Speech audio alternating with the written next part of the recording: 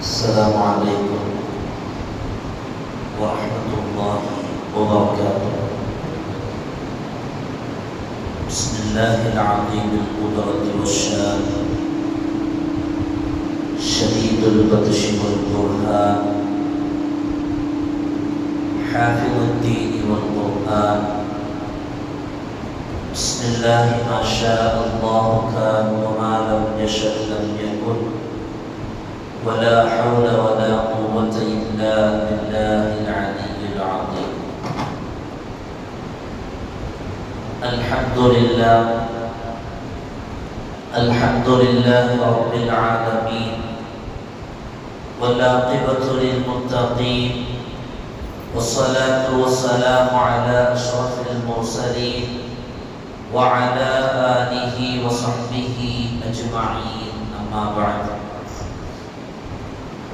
فقد قال الله تعالى في القرآن العظيم والفرقان المجيد: أعوذ بالله من الشيطان الرجيم، بسم الله الرحمن الرحيم، والفجر وليال عشر، والشفع والوتر، صدق الله العلي العظيم. وقال نبينا وحبيبنا وسيدنا وقرة أعيننا وثمرة فؤادنا محمد رسول الله صلى الله عليه وسلم: من وجد سعة فلم يضحي فلا يقربن مصلانا، صدق النبي صلى الله عليه وسلم. எல்லா புகழும் புகழ்ச்சியும் ஏக இறைவனாகிய அல்லாஹ் ஒருவருக்கே உரித்தாகும். அவரின் சாந்தியும் சமாதானமும் ஈருலக வேந்தர் முஹம்மது ரசூலுல்லாஹ் ஸல்லல்லாஹு அலைஹி வஸல்லம் அவர்களின் மீதும், அவர்களின் நடிச்சுவடை அப்படியே அடிபிரளாமல் பின்பற்றிய உத்தம சத்திய சஹாபாக்கள், தாபிஈன்கள், தபஉ தாபிஈன்கள், நாதாக்கள், சுஹதாக்கள், அவுலியாக்கள், நம் பெற்றோர்கள், உஸ்தாதுமார்கள், மனைவி மக்கள், இங்கே அமர்ந்திருப்பவர்கள், இன்னும் வர இருப்பவர்கள், நம் ஊர்வாசிகள், அயல்வாசிகள், கபர்வாசிகள், உலக முஸ்லிம்கள் அனைவர்கள் மீதும் என்றென்றும் குறைவின்றி நிறைவாக நின்று நிலவட்டுமாக. புனிதமான இந்த நாளில், அவனுக்கு பிடித்தமான இந்த இடத்தில் வல்லோன் அல்லாஹ் நம்மை ஒன்று கூட்டியதைப் போல நாளை ஜன்னத்துல் ஃபிர்தௌஸ் என்னும் உயர்தரமான சுவனத்தில் கண்மணி முஹம்மது ரசூலுல்லாஹ் ஸல்லல்லாஹு அலைஹி வஸல்லம் அவர்களோடு நம்மையும் நம்மை சார்ந்த அத்துணை பேர்களையும் ஒன்று கூட்டல் புரிவானாக. நோய்கள் அனைத்தையும் ஷிஃபாவாக்கி தந்தல் புரிவானாக. அன்பிற்கினிய அல்லாஹ்வின் நல்லடியார்களே, புனிதமான துல்ஹஜ் மாதத்தை எதிர்நோக்கியவர்களாக இந்த ஜும்ஆவில் நாம் வீட்டிருக்கிறோம். இஸ்லாத்தில் சிறப்பிற்குரிய நேரங்கள், காலங்கள் என இறைவன் சிலதை தேர்ந்தெடுத்து வைத்துள்ளான். அந்த காலங்களிலும் நேரங்களிலும் செய்யப்படும் இபாதத்துகளுக்கும் அபரிமிதமான நன்மைகளையும் இறைவன் வழங்குகிறார். அந்த வரிசையில் குர்ஆனில் அப்படி நேரங்களுக்கும் காலங்களுக்கும் வித்தியாசம் கூறப்பட்டு அதில் செய்யப்படுகிற அமல்களுக்கு தனியே கூலி வழங்கப்படுமா என்பதை ஆராய்கிற பொழுது ஏராளமான வசனங்கள் காண கிடைக்கும். அதில் இன்ன இத்தத்த ஷுஹூர் இன்தல்லாஹி 12 ஷஹ்ரன் என்ற ஒரு வசனத்தை பார்க்க முடியும். அல்லாஹ்விடத்தில் மாதங்கள் 12. இந்த உலகமும் வானமும் பூமியும் படைக்கப்பட்ட நாள் முதல் அவருடைய வேதமான குர்ஆனில் அல்லாஹ் அவரிடத்தில் பதிய செய்திருப்பது மாதங்களின் எண்ணிக்கை 12. وَمِنْهَا 4 ஹுரும். அதில் 4 மாதங்கள் சங்கையான மாதம். 12 மாதம் என்று மொத்தத்தில் மாதங்களை வரிசைப்படுத்திய இறைவன் அதிலிருந்து சிறப்புப்படுத்தி 4 மாதங்கள் அந்த 12 மாதங்களிலிருந்தும் சிறந்தவை என்று காலங்கள் வித்தியாசப்படுகிறது.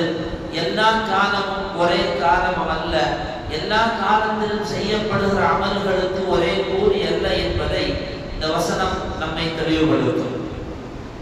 அதே போல அந்த காலத்தில் செய்யப்படுகிற அமலுக்கும் அந்த நேரத்தில் செய்யப்படுகிற அமலுக்கும் அல்லாஹ்விடத்தில் தனி ஒரு மதிப்பு உண்டு. குர்ஆனில் இன்னொரு அல்லாஹ் சொல்லுவான், வமினல் லைலி ஃபதஹஜ்ஜத் பிஹி நாஃபிலத்தன் லக். நபியே, தஹஜ்ஜத் தொழுகை உங்கள் மீது கடமையான தொழுகை இல்லை என்றாலும் அது உங்களுக்கு நஃபீலான வணக்கமாக இருக்கிறது.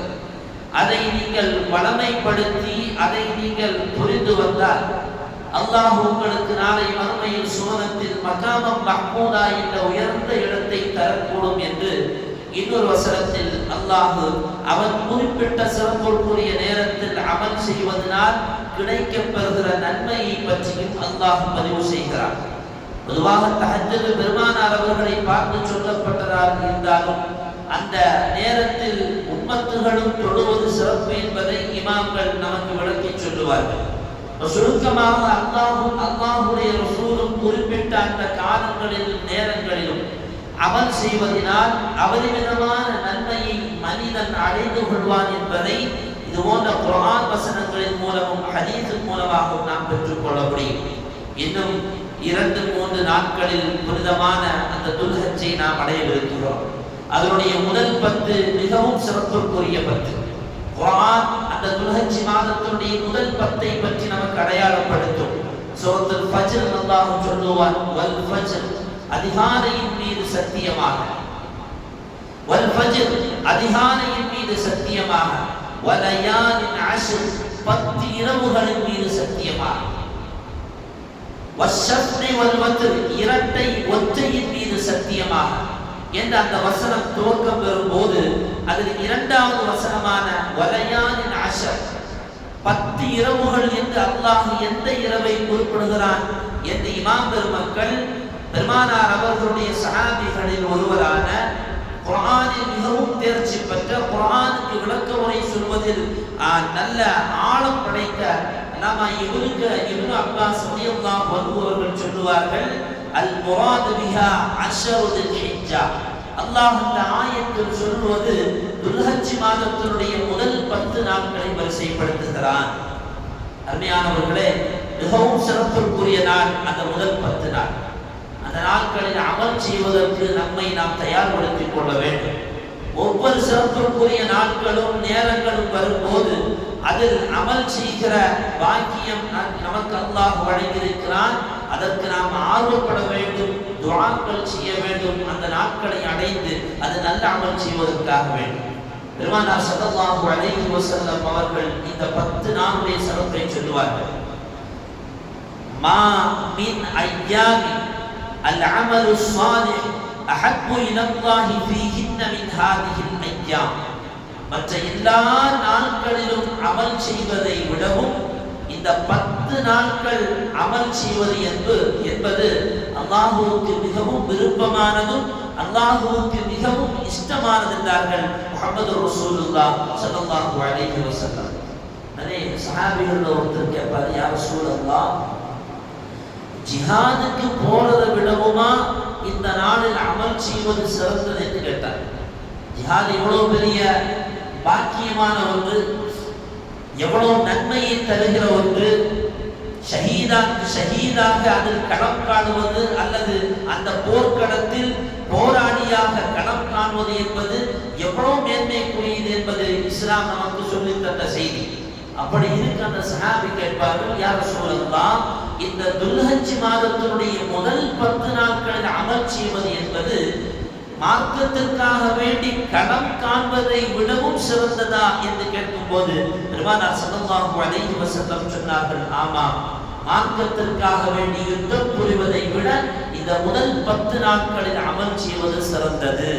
சொல்லிவிட்டு பெருமானார் அவர்கள் தொடர்ந்து ஒரு வார்த்தையை சொல்லுவார்கள், யார் தன்னுடைய உயிரை தன்னுடைய பொருளையும் இந்த மார்க்கத்திற்காக வேண்டி செலவு செய்வதற்கு களம் கண்டு அதை அந்த உயிரையும் அந்த சொத்தையும் அதில் விட்டு அர்ப்பணித்து விடுகிறாரோ அவரை தவிர, சுருக்கமாக மார்க்கத்திற்காக வேண்டி போருக்கு சென்று அதில் ஷஹீதாக்கப்பட்டவரை தவிர என்று முஹம்மது ரசூலுல்லாஹ் ஸல்லல்லாஹு அலைஹி வஸல்லம் அவர்கள் இந்த 10 நாட்களுடைய சிறப்பை பற்றி நமக்கு விளக்குவார்கள். அருமையானவர்களை, எத்தனையோ துல்ஹஜ்ஜுடைய 10கள் நம்மை கடந்து விட்டன. நாம் அதை கடந்து பயணித்து விட்டோம். சராசரியாக ஒருவருக்கு 50 வயது என்று சொன்னால் 50 ஆண்டு காலத்தினுடைய அல்லது விவரம் தெரிந்து ஒரு 35 ஆண்டு காலத்தினுடைய துல்ஹஜ் 10ஐ இழந்திருப்போம். அப்படிதானே? அல்லது 70 வயது என்று சொன்னால் அதிலிருந்து கணக்கிட்டு பார்க்கும்போது ஒரு 55 ஆண்டு காலங்கள் அந்த துல்ஹஜ்ஜினுடைய 10ஐ இழந்திருப்போம். நாம் இனியும் அந்த 10னுடைய சிறப்பை இழக்கக்கூடாது. வரவிருக்கக்கூடிய அந்த துல்ஹஜ்ஜினுடைய முதல் 10 நாட்களில் அமல் செய்வதற்கு தயாராக வேண்டும். பெருமானார் அவர்கள் சொல்லுவார்கள், அல்லாஹ்விடத்தில் மகத்துவமான ஒரு நாள் என்றார்கள் நாயகம். இந்த நாட்களில் இபாதத்து செய்வது மிகவும் சிறப்பு என்றார்கள். ஹதீஸில் பார்க்க முடியும், இந்த நாட்களில் அதிகமாக நீங்கள் தக்பீர் சொல்லுங்கள். அல்லாஹு அக்பர் அல்லாஹு அக்பர் என்று அல்லாஹுவை அவன்தான் மிகப்பெரியவன் என்று புகழ்த்தி பேசுங்கள். அல்ஹம்துலில்லாஹ் அவன் சிறப்புக்குரியவன் என்று அவனை தஹ்மீது செய்யுங்கள். அதிகமாக தஹ்லீல் லா இலாஹ இல்லல்லாஹ் என்ற கலிமாவை நீங்கள் அதிகமாக சொல்லுங்கள் என்றார்கள் முஹம்மது ரசூலுல்லாஹ் ஸல்லல்லாஹு அலைஹி வஸல்லம். வரலாற்றில் பார்க்க முடியும், சையதுனா அபூ ஹுரைரா ரலியல்லாஹு அன்ஹு அவர்கள், அபூ ஹுரைரா ரலியல்லாஹு அன்ஹு அவர்களும் இப்னு உமர் ரலியல்லாஹு அன்ஹு இரண்டு சஹாபாக்களும் இந்த துல்ஹஜ் மாதத்தினுடைய முதல் 10 நாட்கள் வந்துவிட்டால் கடை வீதிக்கு செல்வார்கள். கடை வீதியில் போய் அங்கு நின்று கொண்டு சத்தம் போட்டு தக்பீர் சொல்லுவார்கள். சத்தம் போட்டு அல்லாஹ்வை புகழ்வார்கள். இந்த இருவருடைய சத்தத்தையும் கேட்டு அங்கு நிற்கக்கூடிய மக்களும் அல்ஹம்துலில்லாஹ் அல்லாஹு அக்பர் என்று தக்பீரை முழங்குவார்கள். இந்த வரலாற்று செய்தியை எழுதி முடிப்பது எப்படி தெரியுமா? வலா யத்தி லிஷைஇன், இதற்காக வேண்டி அல்லாஹ், வலா யத்தி இல்லா லிஷைஇன், இதற்காக வேண்டி அல்லாமல் அவர்கள் சந்தை பக்கம் செல்லுவதே இல்லை. இந்த மக்கள் எல்லாம் தக்பீரை சொல்ல வேண்டும், இந்த முதல் 10 நாட்களில் அல்லாஹ்வை புகழ வேண்டும் என்பதன் என்கிற கருத்தோடு, என்கிற நோக்கத்தோடு அபூ ஹுரைரா இப்னு உமர் ரலியல்லாஹு அன்ஹுமா என்கிற இரண்டு சஹாபாக்களும் சந்தைக்கு சென்று அங்கு நிற்கக்கூடிய மக்களையும் சேர்த்து தக்பீர் சொல்வதற்கு ஆர்வப்படுத்துவார்கள். அருமையானவர்களே, இந்த நாட்களில் அதிகமாக தக்பீர் சொல்ல வேண்டும், இபாதத்து செய்வதற்கு நாம் தயாராக வேண்டும். வரலாற்றில் ஹிஜ்ரி 88இல் ஷாம் தேசத்தில் வாழ்ந்த மிகப்பெரிய மார்க்கர்கள் அல்லாமா அவுசாஇ ரஹ்மஹுல்லாஹ் அவர்கள். இன்னைக்கு உலகத்தின் 4 மதுஹபுகள் தான் நமக்கு தெரியும். ஷாஃபி, ஹனஃபி, ஹம்பலி, மாலிகி என்று 4 மதுஹப். உலகத்தில் 130 மதுஹபுகள் தோன்றியிருக்கிறது. இந்த 130 மதுஹபில் ஒரு மதுஹப் தான் ஷாம் தேச பகுதியில் அவுசாஇ என்ற ஒரு மதுஹப். அன்றைக்கு இருந்த மக்கள் அந்த மதுஹபை பின்பற்றி வாழ்ந்தார்கள். காலப்போக்கில் இந்த 4 மதுஹபுகளை அன்றைக்கு வாழ்ந்தவர்கள் ஒருமித்து ஏற்றுக்கொண்டதினால் இந்த மதுஹபு அப்படியே மாய்ந்துவிட்டது. இந்த அவுசாஇ என்ற இந்த மதுஹபை தோற்றுவித்த மார்க்க அறிஞரும் சஹாபாக்களை பார்த்த தாபிஈமான மிகப்பெரிய ஆளுமை பெற்ற அல்லாமா அவுசாஇ ரஹிமஹுல்லாஹ் அவர்கள் இந்த முதல் 10 ஹிஜ்ரி வந்துவிட்டது என்றால் அதிகமாக குர்ஆனை ஓதுவார், அதிகமாக அல்லாஹ்விடத்தில் அழுது துஆ செய்வார். வரலாற்றில் பார்க்கபடி யாராவது அவர்களை அந்த நேரத்தில் போய் சந்தித்து பேசுவதற்காக சென்றால் அவர்கள் சொல்லுகிற செய்தி, இது வல்லவே நேரம், இந்த 10 நாட்கள் நான் அல்லாஹ்விடத்தில் பேச வேண்டும், இந்த 10 நாட்கள் நான் குர்ஆன் ஓதுவதற்கு நேரத்தை செலவு செய்ய வேண்டும். எனவே வேறு எந்த தேவையும் வேறு எந்த செய்தியையும் பேசுவதற்கு நான் விரும்பவில்லை என்று அல்லாமா அவுசாஇ ரஹ்மஹுல்லாஹ் வருபவர்களை திரும்ப அனுப்புவார்கள். அதை போலவே பஸ்ரா நகரத்தில் ஹிஜ்ரி 85ஆம் ஆண்டு காலத்தில் வாழ்ந்த மிகப்பெரிய மார்க்க அறிஞரும் தாபிஈமான அல்லாமா ஷுஅபா ரஹ்மத்துல்லாஹி அலைஹி அவர்கள் படுக்கையில் இருக்கிறார்கள். உடல்நிலை சரியில்லாமல் படுக்கையில் இருக்கிற பொழுது துல்ஹஜ்ஜினுடைய முதல் 10 நாட்கள் அவர்களை அடைகிறது.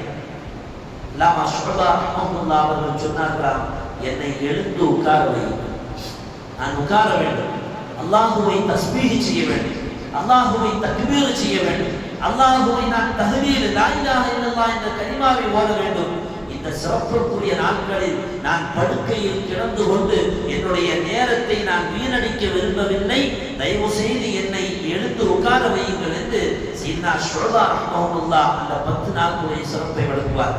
அதே போலவே மாபெரும் அறிஞராக வாழ்ந்த அல்லாமா முஜாஹித் ரஹ்மஹுல்லாஹ் அவர்கள் துல்ஹஜ்ஜின் பிறை கண்டுவிட்டால் அந்த முதல் 10 நாட்களிலும் சந்தைகளுக்கு சென்று செல்லுகிற இடங்களிலெல்லாம் பள்ளிவாசல்களிலும் தெருவுகளிலும் எங்கெல்லாம் போகிறார்களோ அங்கெல்லாம் தக்பீர் சொல்லிக் கொண்டே இருப்பார்கள். மக்கள் கூடியிருக்கிற பகுதியில் தக்பீர் சத்தம் இல்லாமல் இருந்தால் அந்த பகுதிக்கு சென்று தக்பீரை சொல்வார்கள். வரலாற்றில் அவர்களை பற்றி எழுதுவார்கள்.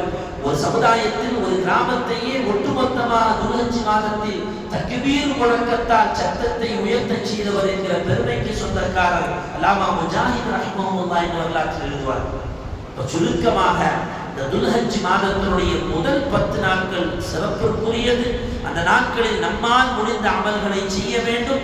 நாம் மாத்திரம் செய்வதல்லாமல் நம்மோடு இருப்பவர்களையும் செய்வதற்காக வேண்டி நம்மிடத்தில் இருந்து ஆர்வத்தை உருவாக்க வேண்டும். அருமையானவர்களே, இப்படி துல்ஹஜ் மாதத்தினுடைய முதல் 10 பொதுவாகவே சிறப்பாக இருந்தாலும் அதில் மிக முக்கியமான ஓரிரு நாட்கள் அதிகம் சிறப்பு பெற்றது. நமக்கு தெரியும், துல்ஹஜ் மாதத்தினுடைய 9வது நாள் அரஃபா தினம் என்று சொல்லப்படுகிற நாள். பெருமானார் ஸல்லல்லாஹு அலைஹி வஸல்லம் அவர்கள் சொன்னார்கள், மா மின் யௌமின் அக்தர மின் அன் யுஅதிகல்லாஹு ஃபீஹி அபதன் மினன் நார். அல்லாஹ் தஆலா அந்த அரஃபா தினத்தில் அதிகமாக தன்னுடைய அடியார்களை நரகத்திலிருந்து விடுதலை செய்கிறார். மற்ற நாட்களை விடவும் அதிகமாக தன்னுடைய அடிமைகளை அல்லாஹ் நரகத்திலிருந்து விடுதலை செய்கிறான். அவர்களோடு அல்லாஹ் நெருங்கவும் செய்கிறான். பெருமானார் அவர்கள் சொல்லிவிட்டு சொன்னார்கள், இப்படி நெருங்குகிற இறைவன் தன்னுடைய மலக்குகளிடத்தில் பெருமை பேசுவான்.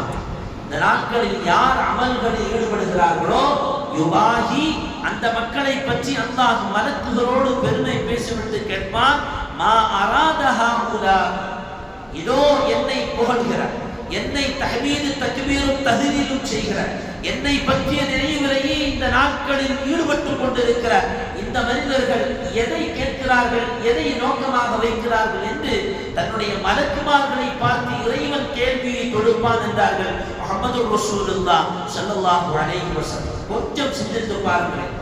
அந்த பிறை 9, அந்த துல்ஹஜ் மாதம் பிறை 9 அரஃபா, இதே பள்ளிவாசலில் அமர்ந்து கொண்டோ, வீட்டில் அமர்ந்து கொண்டோ, கடையில் அமர்ந்து கொண்டோ, தெருவில் நடக்கிற போதோ அல்லது கிடக்கிற போதோ ஏதோ ஒரு வகையில் ஏதோ ஒரு நிலையில் ரப்பை புகழ்ந்து கொண்டிருக்கும் போது அந்த இறைவன் என்னை புகழ்கிற பட்டியலில் அவர்கள் என்ன கேட்கிறார்கள், என்ன நோக்கமாக வைக்கிறார்கள் என்று மலக்குமார்களை பார்த்து கேட்கும் போது, இதே ஊரை சார்ந்த அப்துல் காதருடைய பெயர் சேர்ந்தால் அதை விட சிறப்பு வேற என்ன உண்டு?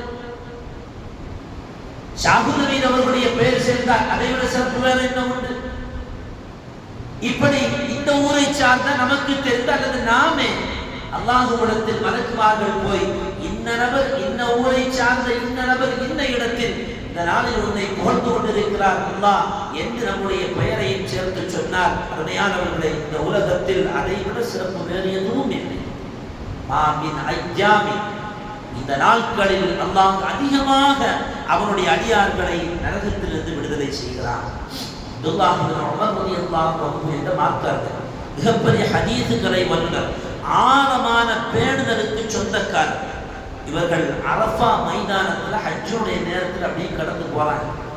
ஒருத்தர் உட்கார்ந்து ரொம்ப அழுது துஆ செய்துட்டு இருக்கார். அவர் பக்கத்தில் போய் கேட்பாங்க, என்ன இவ்வளவு துஆ செய்றீங்க? என்னுடைய பாவத்தை நினைத்து நான் கை செய்தப்பட்டு அழுது கொண்டிருக்கிறேன். அந்த இரவு அப்துல்லாஹ் இப்னு முபாரக் ரஹ்மஹுல்லாஹ் அவர்கள் தூங்குகிறார்கள். கனவில் ஒரு சத்தத்தை கேட்கிறார்கள், இன்றைக்கு அரஃபாவில் கூடியவர்களுடைய பாவங்களை எல்லாம் அல்லாஹ் மன்னித்து விட்டான்.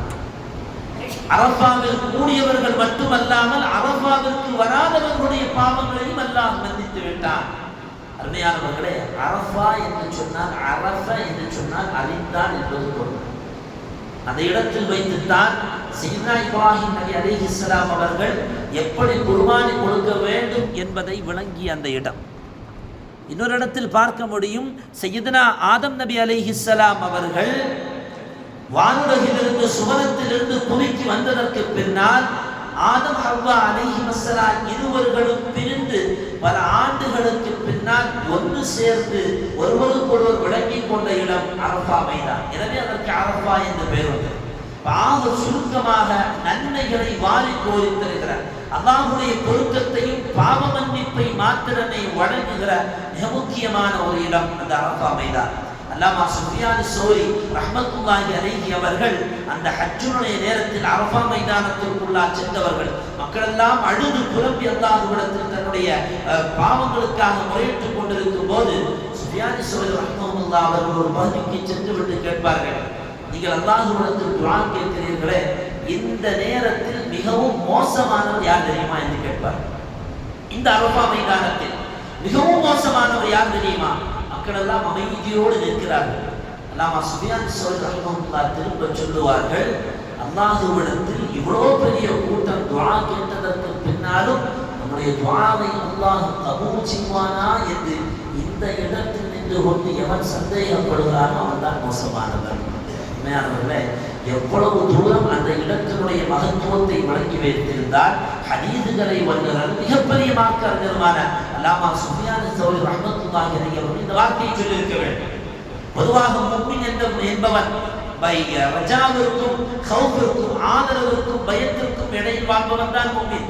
அல்லாஹ் நம்மை கபூல் செய்வானா, அல்லாஹ் நம்மை தண்டிப்பானா, அல்லாஹ் நம்மை ஏற்றுக்கொள்வான் என்கிற இரண்டுக்கும் இடையில் வாழ்பவன் முஃமின். ஆனால் சுஃபியான் ஸௌரி ரஹ்மத்துல்லாஹி அவர்கள் சொல்லுகிறார்கள், அரஃபா மைதானத்தில் நின்று கொண்டு அந்த சந்தேகம் நமக்கு தேவையில்லை. அரஃபா மைதானத்தில் நின்று கொண்டால் அல்லாஹ் நம்மை கபூல் செய்வான், அவன் நமக்கு உதவி செய்வான் என்கிற உறுதியான எண்ணத்தோடு அங்கே நிற்க வேண்டும், அப்படி துஆ செய்ய வேண்டும் என்று நமக்கு சொல்லித் தருகிறார். அந்த அரஃபா தினம் புனிதமான அந்த துஆக்கள் கபூலாக்கப்படுகிற வெண்ணிறை ஆடை அணிந்து கொண்டு கருப்பன் வெளுப்பன் என்கிற எந்த பாகுபாடும் இல்லாமல், உயர்ந்தவன் தாழ்ந்தவன் என்கிற எந்த வித்தியாசமும் இல்லாமல், சிவப்பானவன் என்கிற எந்த மாற்றம் கருத்தும் இல்லாமல் அல்லாஹ்விடத்தில் அத்தனையும் அடிமைகள் என்கிற ஒரே கருத்தில், யா அல்லாஹ் எங்களுடைய துஆக்களை கபூல் செய், எங்களுடைய பாவங்களை மன்னித்து விடு, எங்களிடத்தில் துஆ கொண்டு வசியத்தை செய்தவருடைய பாவங்களை மன்னித்து விடு, எங்களை கபூல் செய் என்ற அந்த ஹாஜிகள் வெண்ணிறை ஆடை அணிந்து கொண்டு தையல் இல்லாத அந்த ஆடையோடு ரப்பிடத்தில் கரம் உயர்த்துகிற பொழுது அல்லாஹ் இந்த உலகத்தில் உள்ள மக்களுடைய பாவங்களையும் மன்னிக்குகிறான் என்பதுதான் இமாம் பெருமக்கள் ஹதீஸ் வழியாக நமக்கு சொல்லுகிற செய்தி. அப்ப அந்த அரஃபாவுடைய அந்த அரஃபா மைதானத்தில் நிற்கிற அந்த சிறப்பிற்குரிய நாளும் இந்த துல்ஹஜ் மாதத்தினுடைய முதல் 10 அல்லாஹ் வைத்திருக்கிறார். இதுல ஒரு விஷயத்தை கவனிக்கணும். இதுல அரஃபா நோன்பு நோற்பது எல்லாருக்குமே சுன்னத்து, ஹாஜிகளை தவிர. ஆனா அரஃபா நோன்பு எப்போ நோக்கணும் என்பதற்கு நம்ம இந்தியாவினுடைய உலமாக்களுடைய கருத்தை விட்டுவிடலாம். சவுதியினுடைய ஃபத்வாக்களை நாம் ஆய்வு செய்கிற பொழுது அங்கிருந்து வரக்கூடிய ஃபத்வாக்களுடைய தீர்ப்பு என்ன தெரியுமா? அவரவர் வாழ்கிற பகுதியில் துல்ஹஜ் பிறை 1 என்றைக்கு தென்படுகிறதோ அதிலிருந்து கணக்கிட்டு துல்ஹஜ் பிறை 9 அவருக்கு எப்போதோ அப்போதுதான் அவருடைய அரஃபாவுடைய நோன்பு. அல்லாமல் ஹாஜிகள் அரஃபாவில் நிற்கிற போது அல்ல அரஃபாவுடைய நோன்பு என்பது சவுதி அரசாங்கத்தை சார்ந்த அந்த பகுதியில் வாழ்கிற இமாம்களுடைய ஃபத்வாக்களையே நாம் நெற்றுகளில் தேர்வு செய்தால் தேடி பார்த்தால் மிக தெளிவாகவே பதிவு செய்கிறார்கள். இந்த வரக்கூடிய அரஃபாவுடைய துல்ஹஜ் 9 நோன்பு நமக்கு சுன்னத்து. அந்த நாளில் நோன்பு நோற்பதற்கு நாம் தயாராக வேண்டும். அடுத்து இந்த அரஃபாவுடைய இந்த துல்ஹஜ் மாதத்துடைய முதல் 10 மிக முக்கியமான ஒரு அமல் சிறப்பிற்குரிய நாள் 10வது நாள். சய்யிதுனா இப்ராஹிம் நபி அலைஹிஸ்ஸலாம் அவர்கள் தன்னை அர்ப்பணித்த நாள், அல்லாஹ்வுக்காக வேண்டி தன்னை அர்ப்பணித்த நாள். அதற்கு வார்த்தைகளால் வர்ணிக்க முடியாது. அவருடைய குடும்பத்தினுடைய தியாகத்தை வார்த்தைகளால் வர்ணித்து வடித்துவிட முடியாது. அவ்வளோ பெரிய தியாகத்தை பல ஆண்டுகளுக்கு பின்னால் வயோதிகத்தில் தனக்கு கிடைக்கப்பெற்ற இஸ்மாயில் என்கிற பொற்கிழியை அல்லாஹ் சொன்னதற்காக வேண்டி அர்ப்பணம் செய்வதற்காக முன்வந்த தியாகத்திற்குரிய 10வது அந்த நாளும் இந்த துல்ஹஜ்ஜினுடைய முதல் 10 அல்லாஹ் நியமித்திருக்கிறான். இந்த நாளில் நாம் செய்ய வேண்டிய அமல் குர்பானி கொடுக்கலாம். நாயகம் சொல்லுவார்கள், மன் வஜத ஸஅத், ஒருத்தருக்கு குர்பானி கொடுக்கிறதுக்கான எல்லா வசதியும் இருக்கு, ஃபலம் யுதஹி, அப்படி இருந்தும் ஒருவன் அந்த நாளில் குர்பானி கொடுக்காமல் இருந்தால் ஃபலா யக்ரபன முஸல்லானா, அவன் பெருநாள் தொழுகைக்கு இந்த பக்கமே வர வேண்டாம். ஃபலா யக்ரபன முஸல்லானாவுடைய அர்த்தமே அதுதான். ஃபலா யக்ரபன்ன முஸல்லானா, அவன் தொழுவதற்கு பள்ளிவாசல் பக்கமே நெருங்க வேண்டாம் என்றார்கள் முஹம்மது ரசூலுல்லாஹ். யாருக்கு அப்ப குர்பானி சுன்னத்தை முஅக்கதா? குர்பான் என்பது கடமை அல்ல, அதே நேரத்தில் வலியுறுத்தப்பட்ட சுன்னத். யார் கொடுக்க வேண்டும்? பெருநாள் அன்று அவருக்கும் அவருடைய செலவில் இருக்கிற அவருடைய மனைவி, மக்கள், தாய் தந்தையர்கள் யாரோ அவர்களுக்கும் அடிப்படை தேவைக்கான செலவு போக மீத பணம் இருந்தால் அவர் குர்பானி கொடுப்பது சுன்னத்தை முஅக்கதா. அப்படி அவரிடத்தில் பணம் இருந்தும் அவர் குர்பானி கொடுக்காமல் இருந்தால் ஃபலா யக்ரபன்ன முஸல்லா SNOMMT. இந்த SNOMMT பள்ளிவாசலுக்கு ரசூலுல்லாஹ்வுடைய பாஷையில் சொல்வதாக இருந்தால் அவர் தொழ வர வேண்டாம். நான் சொல்லுங்க பெருமானாருடைய ஹதீஸ் நம்ம SNOMMT மட்டும் சேர்த்துக்கிறோம். ஃபலா யக்ரபன்ன முஸல்லா, முஸல்லானா நம்முடைய முஸல்லாவிற்கு வர வேண்டாம் என்றார்கள் முஹம்மது ரசூலுல்லாஹ் ஸல்லல்லாஹு அலைஹி வஸல்லம். அப்போ அவரவர்களை ஆய்வு செய்ய வேண்டும். அன்றைய தினம் நமக்கு குர்பானி கொடுப்பதற்கான வசதி இருக்கிறதா? பெருமானார் அவருடைய சிறப்பு என்ன? இந்த குர்பானிக்கு நாயகம் சொல்லுவார்கள், குர்பானி கொடுத்தால் நமக்கு தெரிந்த விஷயம்தான். இந்த குர்பானி பிராணியுடைய கொம்பு, அதனுடைய முடி, அதனுடைய கால் கொழுப்புகளோடு நாளை மறுமையில் சுவனத்தில் நமக்கு வாகனமாக சிராத்தில் வந்திருக்கு. எவ்வளவு பெரிய வாய்ப்பு! யாருக்கெல்லாம் கொடுக்கிறான்? குர்பானி கொடுப்பவருக்கு கொடுக்கிறான். முடியை 7ஆக பிரித்தால் எவ்வளவு மெலிசாக இருக்குமோ அதை விடவும் மெலிசான பாலம் சிராத்துல் முஸ்தகீம். கீழே உள்ள அண்டர் கொண்டு அந்த நரகத்தை வச்சிருக்கிறான். அந்த நரகத்தில் விடாம நம்மை மின்னல் வேகத்தில் எடுத்துச் செல்வதற்காக வேண்டி இந்த வாகனத்தை யாரெல்லாம் குர்பானி கொடுத்தார்களோ, இஹ்லாஸான முறையில் கொடுத்தார்களோ, அவர்களுடைய அந்த வாகனம் அவர்களை ஏற்றிச் செல்வதற்காக வேண்டிய சிராத்தினுடைய முன்பகுதியில் காத்திருக்கும். அருமையானவர்கள், எனவே அந்த வாய்ப்பை விட வேண்டாம். குர்பானி கொடுப்பதற்கான வாய்ப்பு இருப்பவர்கள் கண்டிப்பாக குர்பானி கொடுக்க வேண்டும். எந்த பிராணியை கொடுக்க வேண்டும்? ஆடு கொடுக்கணும், மாடு கொடுக்கணும். நம்ம பகுதியில் அதுதான் வளமை. ஒட்டகத்தின ராஜஸ்தானில் போய் தயவு செஞ்சு யாரும் சிரமப்பட்டா கொண்டு வராது. ஒரு காலத்தில் திருவாங்க அது ஒரு பைத்தியமா இருக்கு. ஒரு பெரிய ஒட்டகத்தை கொண்டு வந்து நீ அது நான் அது தேவையில்லை. நம்ம பகுதியில் ஒட்டகம் தேவையில்லை. நமக்கு ஆடு மாடு இருக்கு. இப்போ ஆடாக இருந்தால் நெய்யாடு 2 வயது நிறைவடைந்தது. நம்ம பகுதியில் நெய்யாடு பெருசாக இல்லை. வெள்ளையாடு, வெள்ளையாடாக இருந்தால் 2 வயது நிறைவடைந்ததான வெள்ளையாட்டை கொடுக்க வேண்டும். ஆட்டில் பங்கு இல்லை, ஒரே ஒருவர் மட்டும்தான் ஆடு கொடுக்க முடியும். இனி மாடாக இருந்தால் பசுவை கொடுக்கலாம், எருமையை கொடுக்கலாம், காளை மாட்டை கொடுக்கலாம். அதில் 7 பேர்கள் பங்கு சேர வேண்டும். அந்த மாடு எத்தனை வயதுடையதாக இருக்க வேண்டும்? 2 வயது நிறைவடைந்ததான மாடாக இருக்க வேண்டும். அப்ப இதுதான் ஆட்டினுடைய வயதின் வரம்புகள், ஆட்டினுடைய வயது வரம்புகள். ஆட்டில் ஒருவர் தான், 2 பேர் சேரக்கூடாது. சில பேர் கேட்கறது ஆஜிஷா கோழியை கொடுக்கலாமா? குர்பானிகள் தாராளமா கொடுக்கலாம். அது குர்பானில சேராது, சதக்கால சேரும். கொடுத்து வீட்டில் கறியை சிந்திக்க வேண்டியதுதான். இப்போ ஆட்டிலும் மாட்டிலும் மட்டும்தான் குர்பானி. கொடுக்கிற குர்பானியை ரொம்ப தெளிவானதாக, கொழுத்ததாக, நல்ல நிறைவான முறையில் கொடுப்பதற்கு நாம் முயற்சி செய்ய வேண்டும். இன்ஷா அல்லாஹ் அடுத்தடுத்த வாரங்களில் இதனுடைய சட்டங்களை தொடர்ந்து பேசலாம். எல்லாம் அல்லாஹ் சுப்ஹானஹு வ தஆலா குர்பானியை கொடுக்கிற சக்தி பெற்றவர்களுக்கு அதை கொடுப்பதற்கான மனதை அல்லாஹ் முழுமையாக தந்தல் புரிவானாக. நிறைவாக குர்பானியை கொடுத்து அதனுடைய நன்மையை இருவர்களும் பெறுகிற பாக்கியத்தை அல்லாஹ் அனைவர்களுக்கும் தந்தல் புரிவானாக. வஆஃபிரு தஅவானா அல்ஹம்துலில்லாஹி ரப்பில் ஆலமீன். அஸ்ஸலாமு அலைக்கும் வரஹ்மத்துல்லாஹி வபரகாத்துஹு.